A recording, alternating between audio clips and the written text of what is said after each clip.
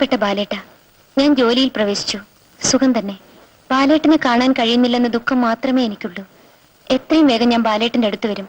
എന്നിട്ട് നമുക്ക് ഒരുമിച്ച് ഇങ്ങോട്ട് പോരാം. അമ്മയോടും രേഖയുടെ അന്വേഷണം പറയണം എന്ന് സരിത.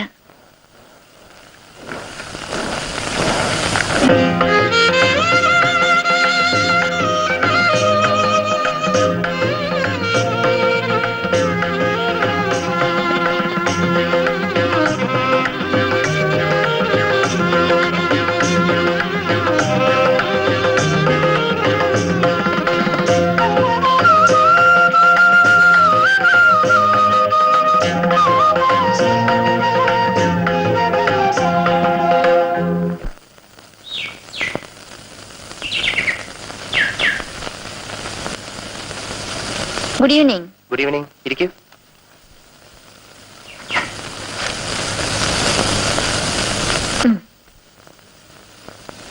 എന്താ ഇത്? എനിക്ക് ശമ്പളം കിട്ടിയതാ. ഇതെനിക്കെന്തിനാ? ഒരു മാസമായല്ലോ ഞാനിവിടെ താമസിക്കാൻ തുടങ്ങിയിട്ട്.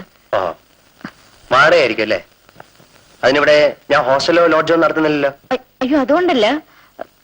ജെയിംസിനെ ബുദ്ധിമുട്ടിക്കണ്ടല്ലോ എന്ന് കരുതിയിട്ടാണ്. അല്ലെങ്കിൽ എനിക്കിവിടെ താമസം വേണ്ട. എനിക്ക് പേടിയാന്ന് വിചാരിച്ചേ ചേച്ചി ഇവിടെ കാണുന്നൊന്നും കിടക്കണ്ട. ഇഷ്ടമുള്ളപ്പം ഇവിടെ ഇറങ്ങിപ്പോ. അല്ല ജെയിംസ്, ഞാൻ ജെയിംസിനെ വേദനിപ്പിക്കാൻ വേണ്ടി പറഞ്ഞതല്ല. എന്റെ മനസ്സിന്റെ തൃപ്തിക്ക് വേണ്ടി.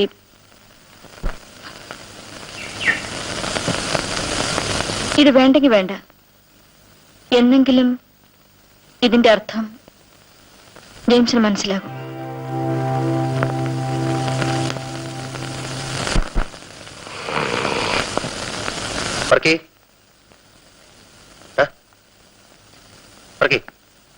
ആരടാ എന്നെ ഉറക്കത്തിൽ നിന്ന് വിളിച്ചുണർത്തുന്നത്? എന്നിട്ട് ചോറ് വിളമ്പിത്താ.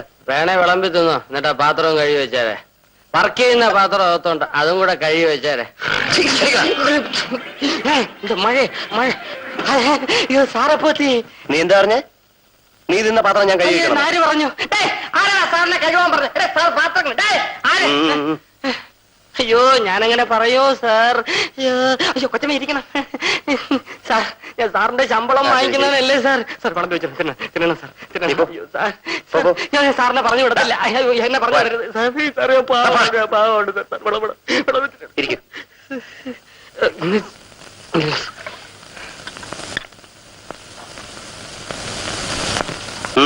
എന്താ?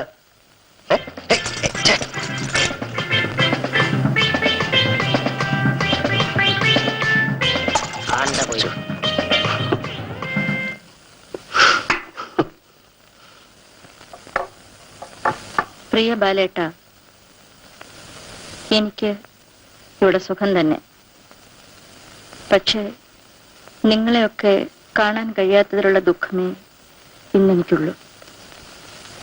എനിക്കെന്നും ധൈര്യം പകർന്നുകൊണ്ട് ബാലേട്ടൻ എപ്പോഴും എൻ്റെ കൂടെ ഉള്ളതുപോലെ എനിക്ക് തോന്നാറുണ്ട്. രേഖേ, നമ്മുടെ ജെയിംസ് ജോർജ് ഉണ്ടല്ലോ, ഇപ്പോൾ ഇവിടുത്തെ സർക്കിൾ ഇൻസ്പെക്ടറാണ്. പഴയ ആളൊന്നല്ല, എത്രമാത്രം മാറിയിരിക്കുന്നു. അയാളുടെ സ്വഭാവത്തിൽ വന്ന മാറ്റം അത്ഭുതം തന്നെ. ഞങ്ങൾ മിക്ക ദിവസങ്ങളിലും കണ്ടുമുട്ടാറുണ്ട്. കൂടുതൽ വിശേഷങ്ങൾ പിന്നീട് അറിയിക്കാം എന്ന് സരിത.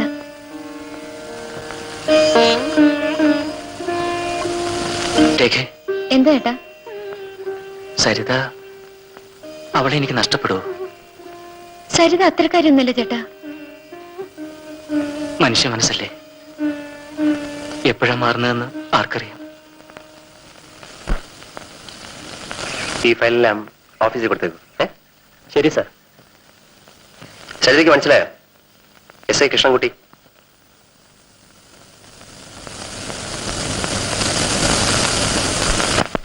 അന്ന് സത്യത്തിൽ ഞാൻ തെറ്റിദ്ധരിച്ചു. സ്ഥിരം പാർട്ടിയിൽപ്പെട്ട ആരെങ്കിലും ആയിരിക്കുമെന്നാണ് ഞാൻ വിചാരിച്ചത്. I am sorry. സാറിന് കാപ്പി? ഇപ്പൊ കുടിച്ചതേ ഉള്ളൂ. താങ്ക്സ്. ഇരിക്കൂ. ഇത് ഭാര്യയായിട്ടില്ല, ഭാര്യയെ പോലെ. സാറ് കോളടിച്ചല്ലോ. സമ്മാനം എനിക്ക് വേണം സാർ. കല്യാണത്തിന് ഒരാഴ്ച മുമ്പേ വന്നേക്കണം. മെസ് ഇൻചാർജ് കൃഷ്ണൻകുട്ടിക്ക്. Okay sir. ഏതായാലും ഭാര്യ ആയിട്ടില്ലാത്ത ഭാര്യ എന്ന നിലയ്ക്ക് ഇനി ഞാനിവിടെ നിൽക്കുന്നില്ല.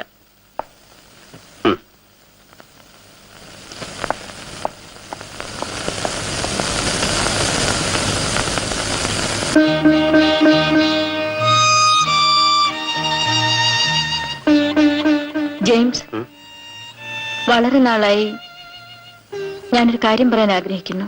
സരിത പറയാതെ തന്നെ സരിതയുടെ മനസ്സ് പഠിക്കാൻ എനിക്ക് കഴിഞ്ഞിട്ടുണ്ട്. ജെയിംസ്, നിങ്ങൾ എത്ര വലിയ മനുഷ്യനാണ്. ഞാനും ബാലേട്ടനുമായിട്ടുള്ള ബന്ധം നിങ്ങൾ എങ്ങനെയോ മനസ്സിലാക്കിയിരിക്കുന്നു. നിങ്ങൾ ഞങ്ങളെ അനുഗ്രഹിക്കണം, ആശീർവദിക്കണം. ഇത്രയും വലിയ മനസ്സുള്ള നിങ്ങളെ തെറ്റിദ്ധരിച്ചില്ലേ? എന്നോട് ക്ഷമിക്കൂ.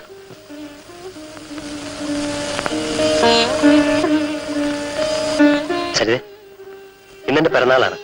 ഓ, ഇന്നലെ ഞാൻ പറഞ്ഞിരുന്നെങ്കിൽ സരിത എന്തെങ്കിലും ഒരു സമ്മാനം തരുമെന്ന് അറിയാവുന്നതുകൊണ്ടാണ് സസ്പെൻസ് ആക്കി വെച്ചത്.